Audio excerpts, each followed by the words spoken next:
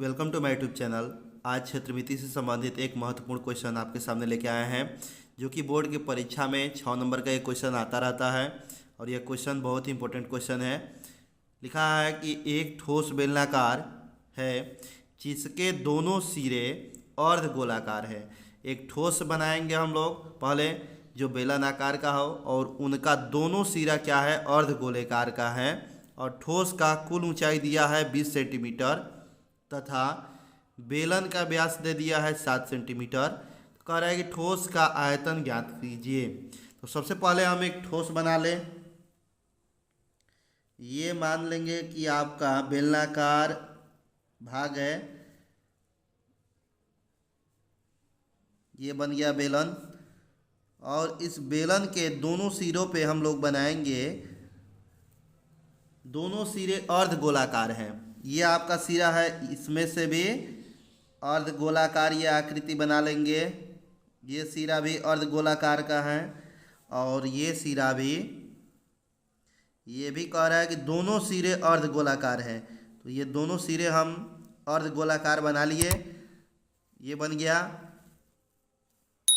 अब हम इसकी कुल ऊंचाई, ये जो ऊंचाई दिया है कुल ऊंचाई यहाँ से मीन्स अर्ध गोलाकार से इस शीर्ष से लेके इस शीर्ष तक कुल ऊंचाई दे दिया है 20 सेंटीमीटर। यहाँ से हम देख सकते हैं कि अर्ध गोलाकार भाग का ये त्रिज्या हो जाएगा और इसमें क्वेश्चन में कह रहा है कि बेलन का व्यास, ये आपका बेलन का व्यास है। ये बेलन का व्यास कितना दिया है, 7 सेंटीमीटर। यहाँ पे आप 7 सेंटीमीटर लिख लेंगे जो कि बेलन का व्यास है। अर्धगोलाकार भाग का ये त्रिज्या हो जाएगा 7/2, क्योंकि ये जो व्यास है पूरा 7 है तो त्रिज्या आपका आधा हो जाएगा 7/2। लिखेंगे अर्धगोलाकार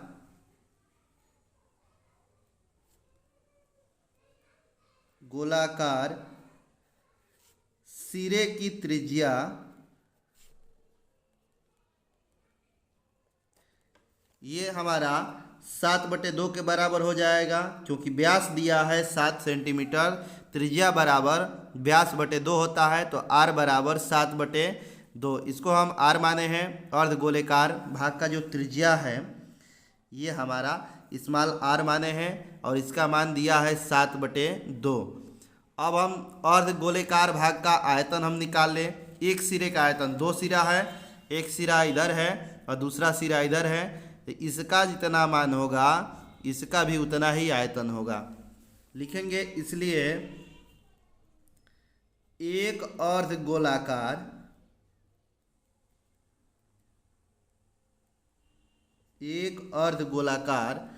सिरे का आयतन, और हम जानते हैं कि अर्धगोले का आयतन बराबर 2/3 पाई r क्यूब होता है। तो यह आपका 2/3 पाई r क्यूब। यहाँ पाई का मान क्वेश्चन में दिया है 22/7, कभी कभी 3.14 देता है, तो जब 3.14 देगा 3.14 हम रखेंगे, लेकिन यहाँ पे पाई का मान 22/7 कह रहा है तो 22/7 ही यहाँ पे रखेंगे। चलिए इसको रखा जाए, ये हो जाएगा आपका 2/3 गुणे 22/7। r का मान 7/2 है, क्यूब है, तो इसको हम लिख सकते हैं 7/2 गुणे 7/2 गुणे 7/2। ये हम 3 बार लिख सकते हैं क्योंकि क्यूब दिया था। अब इसको कटाएंगे, 2 से 2 कट गया, 2 से 22 को कटाएंगे 11 बार में। अब ये आपका हो जाएगा 11 गुणे, ये 7 से 7 कटा दीजिए, 7 गुणे 7 बटे में 3 गुणे 2,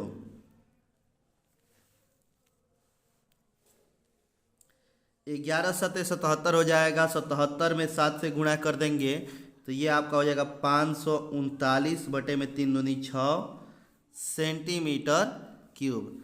ये आपका एक अर्धगोलाकार, ये अर्धगोलाकार है, एक सिरा है, ये दूसरा सिरा है, तो ये जितना इसका आयतन होगा इसका भी उतना ही आयतन होगा।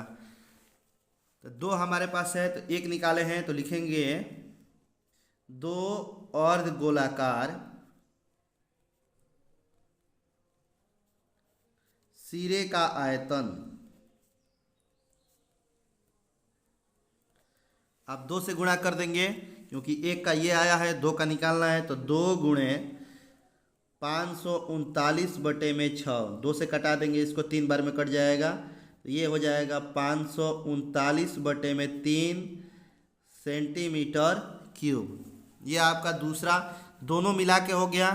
अब हमको निकालना है बेलन का, क्योंकि कह रहा है कि ठोस का, क्वेश्चन देखेंगे, कह रहा है कि ठोस का कुल आयतन निकालिए। कुल आयतन कैसे निकलेगा? इस बेलन का आयतन में अगर हम दोनों अर्धगोले का आयतन निकाल देंगे, जोड़ देंगे, तो इस पूरे ठोस का आयतन निकल जाएगा। अब हम निकालेंगे बेलन का आयतन। चलिए बेलन की ऊंचाई पहले देखें, एच ये किसके बराबर है? तो यहाँ से हम देखे हैं कि ये 7/2 त्रिज्या लिए हैं, ये भी 7/2 है। यहाँ से इसका भाग 7/2 है, यहाँ से इसका भाग 7/2 है। पूरी ऊंचाई आपका 20 है। अगर 20 में से 7/2 और 7/2 इसको घटा दे तो एच का मान निकल जाएगा। निकालेंगे पहले बेलनाकार भाग का आयतन। लिखेंगे बेलनाकार भाग का आयतन।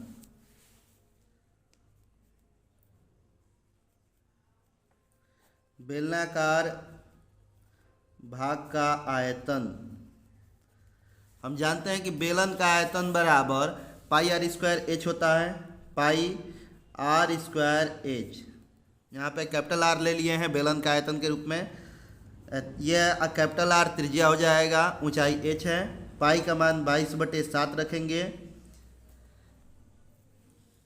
त्रिज्या आपका 7/2 है, 7/2 का स्क्वायर कर देंगे।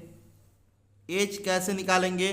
तो एच बराबर ये देखेंगे, एच की जगह पे लिखेंगे 20 - 7/2 -7/2। अभी बताए हैं कि टोटल ऊंचाई 20 सेंटीमीटर था और केवल हमको बेलन का ऊंचाई निकालना है, तो इधर से भी 7/2 माइनस कीजिए और इधर से भी 7/2 माइनस कर देंगे। अब इसको सॉल्व करेंगे तो ये हो जाएगा 22/7। इसको हम 2 बार लिख सकते हैं, 7/2 गुणे 7/2 गुणे 20 माइनस ये हो जाएगा 14/2, यानी कि 7 हो जाएगा।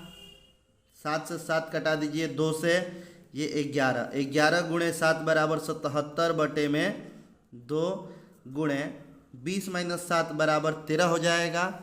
और हम 77 में 13 से जब गुणा करेंगे तो 13 × 7 = 91 और ये हो जाएगा 100, मीन्स 1001/2 सेंटीमीटर क्यूब। यहाँ आप निकाल लिए बेलनाकार भाग का आयतन और यहाँ आप निकाले हैं 2 अर्धगोलाकार सिरों का आयतन। जब इन दोनों को हम प्लस करेंगे तो टोटल आयतन निकल जाएगा, ठोस का आयतन निकल जाएगा। तो हम लिखेंगे कि ठोस का कुल आयतन, यहाँ आप लिखेंगे ठोस का, इसलिए ठोस का कुल आयतन किसके बराबर होगा? तो 2 अर्धगोलाकार भाग आप प्लस बेलनाकार भाग, यहाँ पे लिखेंगे बेलनाकार भाग का आयतन। बेलनाकार भाग का आयतन लिख देंगे। अभी हम 2 अर्धगोलाकार भाग का आयतन अभी निकाले हैं, कितना? तो 539/3, यहाँ आप लिखेंगे 539/3 सेंटीमीटर क्यूब प्लस अभी बेलनाकार भाग का आयतन निकाले हैं 1001/2, 1001/2 सेंटीमीटर क्यूब। यह आपका बेलनाकार भाग का आयतन हो गया। अब हम इसको एलसीएम लेके सॉल्व कर सकते हैं। 3 और 2 का एलसीएम हो जाएगा 6, 3 दूनी 6, 2 9 18, 2 3 6 और 1 7 और 2 5 10।